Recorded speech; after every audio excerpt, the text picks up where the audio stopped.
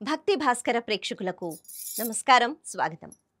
శ్రావణ మాసం లక్ష్మీదేవి స్వరూపాన్ని వివిధ రూపాలలో చాలా ఉత్సాహంతో మనం పూజలు చేసుకుంటూనే ఉన్నాము. అయితే డబ్బు అన్న మాట ఏదైతే ఉందో ఇది ఎవరికి వద్దు? ఇది చాలా ఇష్టంగా ఉంటుంది. మనందరికీ కూడా డబ్బు కావాలి కదా. ఎవరు కూడా మాకు డబ్బు వద్దు అని అనరు సాధారణంగా.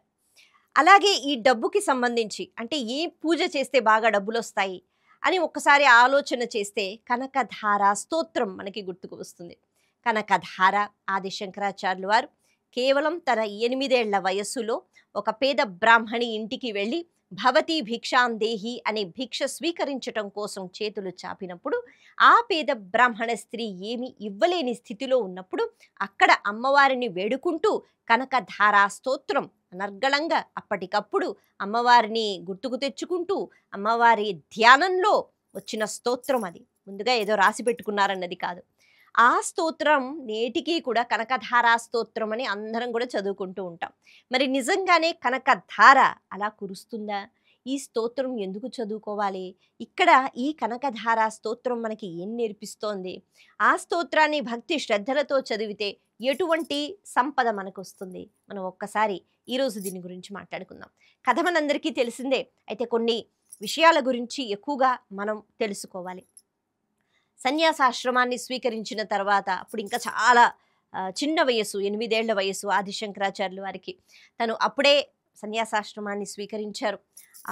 ప్రయాణంలో తాను దేశ సంచారం చేస్తున్నారు. ఒక పేద బ్రాహ్మణ స్త్రీ ఇంటి దగ్గరికి వెళ్ళి భవతి భిక్షాందేహి అని అడిగారు. అయితే ఆ పేద బ్రాహ్మణ స్త్రీ ఎంత దారిద్రాన్ని అనుభవిస్తుంది అంటే ఆమె తృప్తిగా కడుపు నిండా తిని కొన్ని నెలలవుతుందని చెప్పుకోవాలి. ఎంతో కాలం నుంచి విపరీతమైన దారిద్ర్యము. తన భర్త అక్కడికి ఇక్కడికి యాచనకి వెళ్ళి ఏదైనా వస్తే అంటే ఎవరైనా ఇస్తే అది తీసుకుని రావడం, ఉంటే తినడం, లేకపోతే లేదు. ఇలా వాళ్ళ జీవితం గడిచిపోతుంది. అయితే ఆ ముందు రోజు ఏకాదశి. అప్పట్లో ఏకాదశి వ్రతం అందరూ చేసేవారు. ఏకాదశి వ్రతం చేసిన తర్వాత ద్వాదశి రోజు పారణ అంటే ద్వాదశి ఘడియలు అవి వెళ్ళిపోకముందే భోజనం చేయడం ఇది పద్ధతి. అలా ద్వాదశ పారణ చేసేటప్పుడు మన పెద్దవాళ్ళు ఒక పద్ధతి చెప్పారు, ఒక నియమం పెట్టారు. ముందు రోజంతా ఏమీ తినం కదా. ఇప్పుడంటే ఉపవాసాలు అంటే పళ్ళు తినొచ్చా, పాలు తాగొచ్చా అని రకరకాలుగా అందరూ సేవిస్తున్నారు. కానీ అప్పట్లో ఉపవాసం అంటే పూర్తిగా నిర్జల ఉపవాసం ఉంటూ ఉండేవారు. ఏమీ ఉండేది కాదు కడుపులో. అంటే ఆమన్నాడు భోజనం చేసేటప్పుడు ముందుగా అన్ని పదార్థాలు తింటే మంచిది కాదు కాబట్టి ఒక్కసారిగా ముందుగా ఉసిరికాయ సేవించేవారు.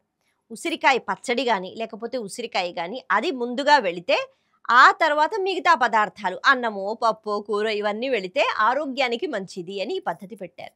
అందుకే అమలకము అని అంటారు కదా. ఆ ఉసిరి అందరూ పెట్టుకునేవారనమాట. ఓపికగా ఉసిరి పచ్చడి చేసుకుని ముందు తినేవారు.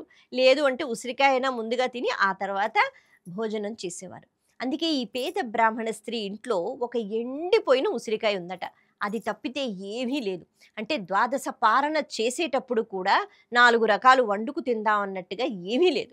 అన్నం లేదు అంటే బియ్యం లేదు, పప్పులు లేవు, కూరలు లేవు, ఏమీ లేవు. ఆ ఉసిరికాయ తిని ఆవిడ ఉపవాస విరమణ చేస్తుందనమాట. అటువంటి సమయంలో వచ్చి అడిగారు, ఏముంది ఇంట్లో? నిజంగా ఏమీ లేదు. కాబట్టి పాపం ఆవిడ బాధపడుతూ అయ్యో బ్రహ్మచారి వచ్చిన తరువాత నేనేమీ ఇవ్వలేకపోతున్నాను భిక్షకి. ఇది మనిషిగా ఇది నిజంగా చాలా అంటే అప్పట్లో అలా అనుకుంటూ ఉండేవారు. ఎవరైనా వచ్చి భిక్ష అడిగిన వెంటనే వాళ్ళకి వెయ్యాలి. ఏది ఉంటే అది వెయ్యాలి. ఎంత ఉంటే అంత వెయ్యాలి. ఆవిడ పాపం ఏమీ మాట్లాడలేదు. శంకరాచార్యుల వారికి తెలియదా? తెలుసు. ఆయన సాక్షాత్తు అపరశంకరులు. ఆయన ఈశ్వరుని యొక్క అంశ. కాబట్టి ఆయనకి తెలుసు. మళ్ళీ ఇంకొకసారి అడిగారట, భవతి భిక్షాందేహి అన్న వెంటనే అయ్యో ఇన్నిసార్లు అడుగుతున్నాడు, మరి ఏమివ్వాలి ఏమివ్వాలి? సరే ఒక ఎండిపోయిన ఉసిరికాయ పెట్టుకున్నాను కదా ద్వాదశ పారణ కోసం, ఇంకా అదే ఇచ్చేస్తాను. అది అసలు తినే లక్షణాలు కూడా దానికి లేవన్నమాట, అంత బాగా ఎండిపోయిందని. కానీ సరే నేనేదో ఒకటి ఇవ్వాలి కదా అని చెప్పి ఆవిడ బయటకు వచ్చి చేతిలో ఆ ఎండిపోయిన ఉసిరికాయ పెట్టింది. అప్పుడు ఆదిశంకరాచార్యుల వారికి అర్థమైపోయింది ఈవిడ పరిస్థితి ఏమిటి తెలుసుకున్నారు. సరే ఆయన తలుచుకుంటే ఆయన ఎన్నో చమత్కారాలు చేయగలుగుతారు. ఆయన కావాలి అంటే ఒక 2 కాసులో 3 కాసులో కొంత ధనమో ఆయన ఇచ్చేయగలుగుతారు. కానీ అలా చెయ్యలేదు. ఈవిడకి ఉన్న దారిద్ర్యం ఏదైతే ఉందాలో అది పూర్తిగా పోవాలి అనే ప్రయత్నం నేను చేస్తాను ఈవిడ తరపు నుంచి అనుకున్నారు. ఎందుకలా అనుకున్నారు అంటే, ఆవిడ ప్రవర్తించిన తీరు. సాధారణంగా ఎంత ఉన్నా మన దగ్గర లేదు, లేదు అనుకుంటాం. ఎవరైనా ఏవైనా అడిగితే నా దగ్గరే ఉంది నీకివ్వడానికి అనే భావన వెంటనే వస్తూ ఉంటుంది. ఒకవేళ రాకపోయినా అమ్మో! కష్టపడి దాచుకున్నాను, సంపాదించుకుంటున్నాను వీళ్ళకిచ్చేయాలా అనేటట్టుగా కూడా ఆలోచన వస్తుంది. కానీ ఆ పేద బ్రాహ్మణ స్త్రీ ఏమీ తినకుండా ద్వాదశ పారణ కోసం మిగిలిన ఏకైక ఉసిరికాయని కూడా ఇచ్చేసింది అంటే ఎంత ధర్మం గురించి ఆలోచించింది. మనిషి అన్న తర్వాత ఇలాగే ప్రవర్తించాలి. మన దగ్గర ఉన్నది ఇవ్వాలి. అందులోనూ ఒక బ్రహ్మచారి వచ్చి అడుగుతున్నాడు. భిక్ష అని అడిగేటప్పుడు భిక్ష వెయ్యాలి. ఇంతగా ఆలోచించింది ఆవిడ. కాబట్టి ఈ ఆలోచన శ్రేష్టమైనది అని ఇప్పుడు శంకరాచార్యులు వారు అక్కడే నించుని వెళ్ళిపోకుండా ఉసిరికాయని పట్టుకుని ఆయన లక్ష్మీదేవిని ప్రార్థన చేశారు. మరి ఆ ప్రార్థన మామూలుదా? అదే కనకధారా స్తోత్రం. వందే అంటూ ఒక నమస్కారం చేసి ముందుగా వెంటనే మనకి విఘ్నేశ్వర శ్లోకాలు వస్తాయి అందులో. ఎటువంటి విఘ్నాలు ఉండకూడదు తండ్రి. ఎందుకు అంటే ఆయనకి నమ్మకం. నేను చేసిన స్తోత్రం ఏదైతే ఉంటుందో అమ్మకి నచ్చుతుంది. ఇక్కడ అమ్మ ఐశ్వర్యం కురిపిస్తుంది అనే నమ్మకం అన్నమాట. మొదలుపెట్టారు. వినాయకుడిని అంటే తలుచుకుని, స్మరించుకుని ఎటువంటి విఘ్నాలు ఉండకూడదు అనేటట్టుగా ఆయన చక్కని కనకధారా స్తోత్రం చేశారట. అయితే ఇప్పుడు లక్ష్మీదేవికి నచ్చుతుందా? ఎందుకు నచ్చదు? శంకరాచార్యుల వారు అంత భక్తితో చేస్తే వెంటనే ఆవిడ ప్రసన్నమయింది. కాకపోతే ఆవిడ కేవలం శంకరాచార్యుల వారికే వినిపించేటట్టుగా మాట్లాడుతోందట. ఆవిడ అలా ప్రత్యక్షం అవ్వలేదు. ఆవిడ అంటుంది, శంకరా చెప్పు, నీకేం కావాలో చెప్పు. నీ స్తోత్రానికి నేను మెచ్చుకున్నాను. నీ భక్తి అసలు ఆ వైభవం వేరు. కాబట్టి నేను పొంగిపోతున్నాను ఆనందంతో. నీకు ఎంత కావాలంటే అంత నేనిస్తాను. కానీ ఈవిడికి నేను ఇవ్వలేను అందట. ఎందుకు తల్లి ఇవ్వలేవు? అంటే ఆవిడ పూర్వజన్మలో చేసుకున్న పుణ్యం లేదు. వింటూ ఉంటాం కదా మనం. మనకు బాగా కష్టాలు వస్తూ ఉంటే ఒక మాట అనుకుంటూ ఉంటాం. ఏ జన్మలో ఏ పాపం చేసాము అని. నిజంగానే ఏ కర్మలు కూడా మనల్ని విడిచిపెట్టవు. కర్మ ఫలితాలు అనుభవించాలి. అమ్మ అంటుందట, గత జన్మలో చేసిన పుణ్యం ఏం లేదు. మరి ఏం చూసి నేను పెట్టాలి? నీకు పెట్టమంటే పెడతాను. కానీ ఆవిడకి నేను పెట్టను అందట. అంటే అప్పుడు ఊరుకున్నారా? ఆయన ఊరుకోలేదు. తల్లి నువ్వు అలా అంటే ఎలా? నువ్వు అందరికీ తల్లివి. అసలు నువ్వు నీ దృష్టి పడితే చాలు. నువ్వు ఏం పెద్దగా చెయ్యక్కర్లేదు. నీ చూపు పడితే చాలు ఐశ్వర్యం వస్తుంది.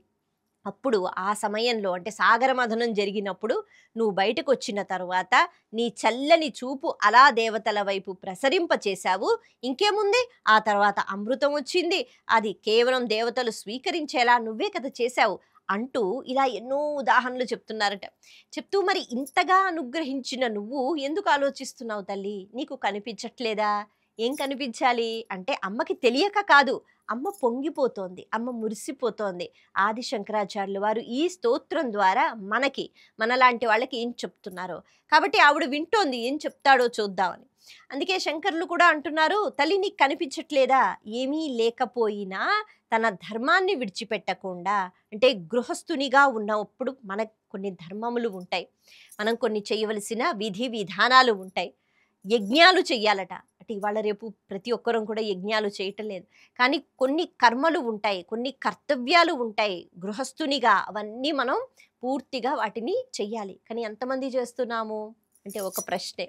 కాబట్టి ఆయన అంటారు ధర్మం చూడు. ఆవిడకి అంత ఆకలి ఉన్నా ఆవిడ ఏ రోజైనా నిన్ను నిందించిందా? చాలా తృప్తితో ఉండేదట పేద బ్రాహ్మణ స్త్రీ. ఏ రోజు ద్వేషం లేదు. భగవంతుడు మమ్మల్ని ఎందుకు పుట్టించాడు?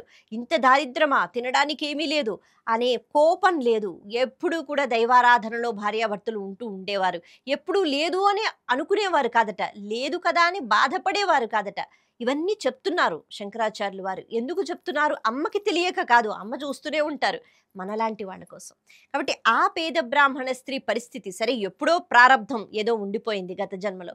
కానీ ఈ జన్మలో ఏమీ లేకపోయినా తృప్తితో ఉంటుంది. ఎప్పుడూ వాళ్ళ ఇంట్లో అశాంతి లేదు. ఎప్పుడూ ఆకలి బాధే కానీ అశాంతి లేదు. ఎందుకంటే తృప్తి ఉంది. అమ్మ ఇంతే ఇచ్చిందని సర్దుకుపోయి బ్రతుకుతున్నారమ్మా. ఇటువంటి పరిస్థితిలో కూడా నేను వచ్చి భవతి భిక్షాం దేహి అంటే ఏమీ లేకపోయినా ఉన్న ఆ ఎండిపోయిన ఉసిరికాయ ఇచ్చేసింది. ఇప్పుడు ఏం జరిగింది? ఏకాదశి ఉపవాస వ్రత ఫలితం పోయినట్టేగా. ఎందుకంటే ఉసిరికాయ కూడా ఇచ్చేసింది. ద్వాదశ పారణ అంటే ఏదోటి స్వీకరించాలి. ఆ రోజు కూడా ఉపవాసం ఉంటే ఆ దీక్ష పోయినట్టే. తన పుణ్యం పోయినా పర్వాలేదు, కానీ మనిషిగా తన ధర్మం నిలబడాలి అనే ఒక ఆలోచనతో ఎండిపోయిన ఉసిరికాయ తెచ్చి నా చేతిలో పెట్టింది.